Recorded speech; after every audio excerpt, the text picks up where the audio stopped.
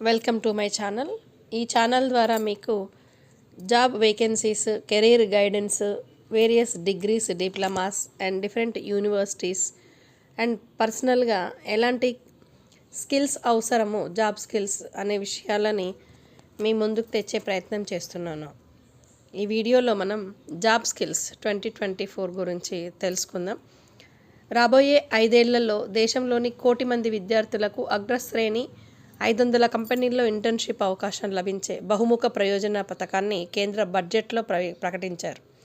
శిక్షణ అవకాశం దొరికితే చాలనుకునే స్థితి నుంచి శిక్షణా కాలంలో భృతి లభించే పరిస్థితి రానుంది. ఇందుకోసం సంస్థలు తమ CSRను వినియోగించుకునే వెసులుబాటును కల్పించారు. దీంతో 2024-29 సంవత్సరాల మధ్య ఇంటర్న్షిప్ వెలువ రానుంది. దీనిలో కొట్టుకుపోకుండా నైపుణ్యాలకు తగిన ఇంటర్న్షిప్ వైపు దృష్టి సారించాలి. విద్యార్థిని ఉద్యోగ ప్రపంచానికి పరిచయం చేసే వేదిక ఇంటర్న్షిప్. ఇప్పటివరకు ఉద్యోగార్థికి అవసరమైన ఈ శిక్షణ నేడు ప్రభుత్వానికి ప్రధాన అంశమైంది. సెమిస్టర్లు పూర్తవ్వకుండానే ఇంటర్న్షిప్ చేసే అవకాశాలు ఉద్యోగార్థి ఎదుట నిలిచే విధానాన్ని ప్రకటించింది. ఇంటర్న్షిప్ వ్యవధి నెల నుంచి 6-7 నెలల వరకు విస్తరించవచ్చు. 9 నెలల వరకు అవకాశం కల్పించే కంపెనీలు కూడా ఉన్నాయి. ముందు 1-2 నెలలు ఇంటర్న్షిప్ అవకాశం లభించిన అభ్యర్థిలోని నైపుణ్యాలు మెచ్చి, గుణగణాలు నచ్చి శాశ్వతంగా ఉద్యోగిగా రమ్మని పెద్దపీట వేసిన సందర్భాలు ఎన్నో. ఇంటర్న్షిప్ నుంచి ఎదిగి సంస్థలో ఉన్నత స్థానానికి చేరిన విజయగాథలు కూడా ఉన్నాయి. ఇది దారి చూపే స్తంభం లాంటిది. ఇంటర్న్షిప్ కూడలిలో నిలబడి విద్యార్థి తాను ఇప్పటివరకు నేర్చుకున్న విజ్ఞానాన్ని పరీక్షించుకోవచ్చు. ప్రవేశించదలసిన రంగపు అనుపానాలు తెలుసుకోవచ్చు. పరిజ్ఞానాన్ని నైపుణ్యంగా భవిష్యత్తులో మలుచుకోగలనా లేదా అన్న మీమాంసను నివృత్తి చేసుకునే ప్రత్యక్ష కార్యక్షేత్రం ఇంటర్న్షిప్. ఈ శిక్షణను శ్రద్ధగా ముగించి తాను రాగించగలిగే డొమైన్ని గుర్తించిన వారికి ఓటమి అవకాశమే లేదు. అందుకే ఇంటర్న్షిప్ కాలక్షేపం చేసే స్వల్పదశ కాదు, 16 ఏళ్లుగా నిర్మించుకున్న కళల ప్రపంచానికి దారి చూపే దీపస్తంభం. కంపెనీలకి కావలసినట్టు చాలా వరకు పుస్తకాల విజ్ఞానం కళాశాల పర్వంలో గర్వంగా నిలబడేలా చేస్తుంది. కానీ ఉద్యోగ ప్రపంచం వేరు. విద్యార్థి డిగ్రీ కేవలం ప్రవేశ అర్హతే.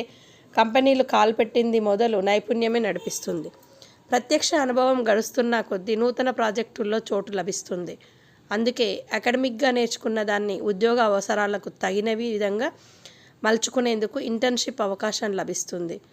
మెరుగైన నైపుణ్యాలతో కంపెనీకి ఉపయోగపడగలనని నిరూపించుకునే అవకాశం ఈ శిక్షణ.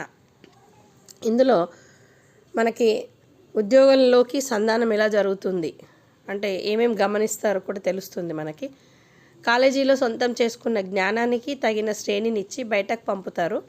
అంతకు మించి కళాశాలలు, విశ్వవిద్యాలయాలు బాధ్యత తీసుకునే వీలుండదు. కాబట్టి ఉద్యోగ జగత్తు భిన్నం కాబట్టి భారీ వాణిజ్య లక్ష్యాలతో పనిచేస్తుంటాయి.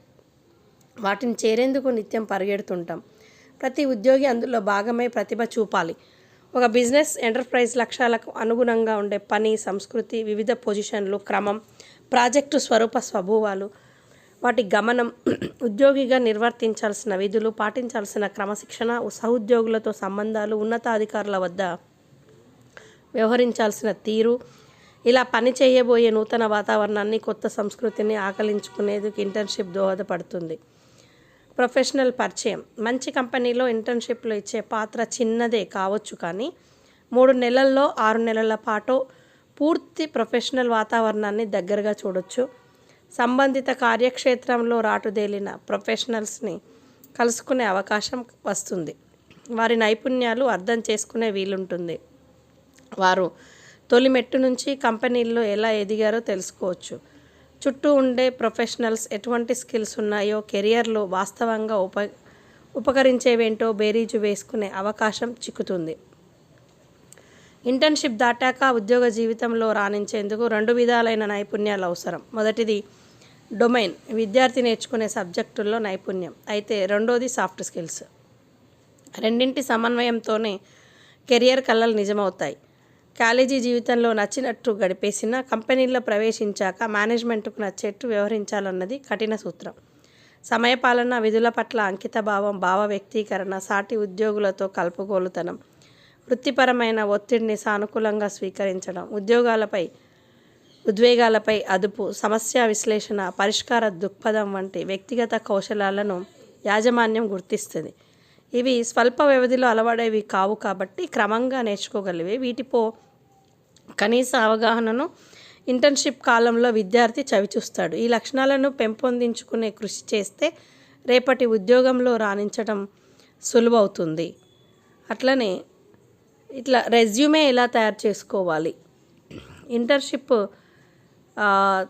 విశాల అవగాహన అంటే కాలేజీ రోజుల్లో అవగాహన పరిమితంగానే ఉంటుంది కాబట్టి ఉద్యోగంలో ఎలా ఉండాలి అనేది ఇక్కడ మనకి నిండైన ధీమాని కల్పిస్తుంది. అట్లానే ఇంటర్న్షిప్ చేసిన అనుభవంతో ఇంటర్వ్యూ కూర్చున్న అభ్యర్థిలో ఆత్మవిశ్వాసం తొణికలాడుతుంది కాబట్టి హెచ్ఆర్ నిపుణులు సృష్టించిన విధంగా మౌఖిక పరీక్షలు హాజరయ్యే అభ్యర్థుల్లో ఉండే భయము, అపనమ్మకం వంటి ప్రతికూల లక్షణాలను కూడా ఇంటర్న్షిప్ విజయవంతంగా పూర్తిగా చేసిన వాళ్ళలో ఉండవు. తర్వాత వీటికి తగిన వేదిక ఏంటి అంటే ఇంటర్న్షిప్ చేసేది ఎంత స్వల్పకాలికమైన కొన్ని కోణాల్లో విద్యార్థి దిద్దుబాటుకు అవకాశం కల్పిస్తుంది. శిక్షణా కాలంలో తనకున్న నైపుణ్యాలపై, సామర్థ్యంపై అవగాహన ఏర్పడుతుంది. ఏ తరహా నైపుణ్యాలపై తనకు పట్టుందో, ఏ స్కిల్స్ను ఇంకా నేర్చుకోవాలో గ్రహించవచ్చు.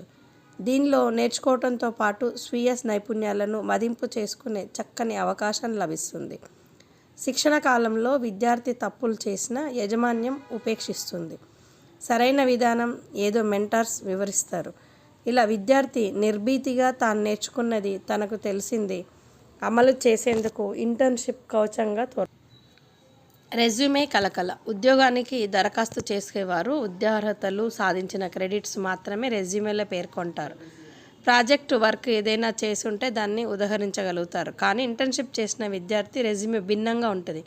శిక్షణలో గడించిన అనుభవాన్ని వివరిస్తాడు, సాధించిన నైపుణ్యాలను ప్రస్తావిస్తారు, తను సమర్థంగా చేయగలిగే పనిని పేర్కొంటాడు. ఇంటర్వ్యూ సమయంలోనూ తన ఇంటర్న్షిప్పై అనుభవం చక్కగా వివరించగలడు. ఈ నేపథ్యమే మిగతా ఉద్యోగుల నుంచి ఇంటర్న్షిప్ విద్యార్థిని భిన్నంగా నిలబడుతుంది. ఎంపిక ఎలా జరుగుతుంది అంటే రేపటి పూర్తికాల ఉద్యోగానికి వారధి వేసే ఇంటర్న్షిప్ను ఎంచుకునేందుకు కొన్ని జాగ్రత్తలు ఉంటాయి. ఇంటర్న్షిప్ అవకాశం వచ్చిందే తడువుగా చేరిపోవాలనే తాపత్రయం ఉండొద్దు. ఆఫర్ చేసే కంపెనీ గురించి తెలుసుకోవాలి.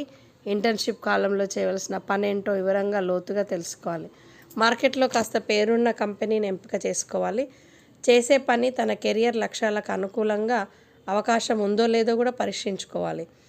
తర్వాత అనుభవం కోసం ఏదో ఒక పని రెజ్యూమేలో రాసుకుంటే చాలాలనుకోదు.